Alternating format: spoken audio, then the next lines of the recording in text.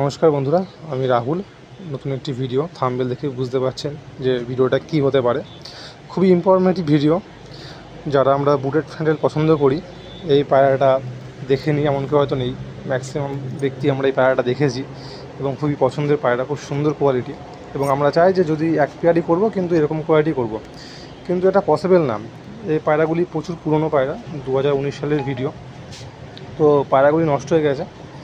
শুধু পায়রাগুলি নয়, এমনকি ব্লাড লাইনটাও নষ্ট হয়ে গেছে। কেরালায় যে ব্যক্তির পায়রা, সেই সময় তার বাড়িতে ভাইরাসের কারণে সমস্ত পায়রাই নষ্ট হয়ে যায়। ছিটে ফোটা কিছু রয়েছে যাদের বয়স হওয়ার কারণে বর্তমানে ব্লাড আসে না ডিমে। তার সঙ্গে কথা হয় আমার।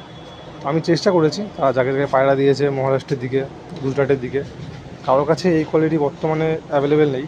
পুরোপুরি এইটা নষ্ট হয়ে গেছে এই কোয়ালিটিটা। তো এটা মোটামুটি ইউটিউবে সবাই ছাড়ে, রিলস করে, সব জায়গায় দেখেছে। এই কারণে পায়রা দুটি খুবই ভাইরাল বলা যায়। যদি কোনো ইউটিউব ভিডিওর এই পায়রাটাকে ছেড়ে বলে যে এটা আমার বাড়িতে আছে বা আমি ব্লাড লাইন আছে, সে পুরোপুরি মিথ্যে কথা বলছে। সে একটা অসাধু ব্যবসায়ী। এর একমাত্র ব্লাড লাইনের একটি ফিমেল আমার কাছে ছিল, যেটা আমি কিছুদিন আগে মেদিনীপুরের কোলাঘাটে বিবি লফটকে সেল করেছি। আমি স্ক্রিনে ফটোটা দিয়ে দেবো।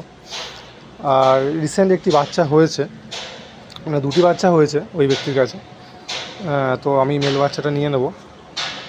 বাচ্চাটা একটু বড় হলে আমি ইম্পোর্ট করব, 2 দিন ধরে কাটলে। কারণ কেরালা থেকে পাখি আসে, তো ছোটো বাচ্চা আনলে কেটে যাওয়ার সম্ভাবনা থাকে। তো এই ছিল আজকে ভিডিও।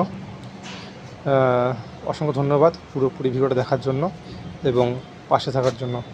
সকলকে অনেক ধন্যবাদ।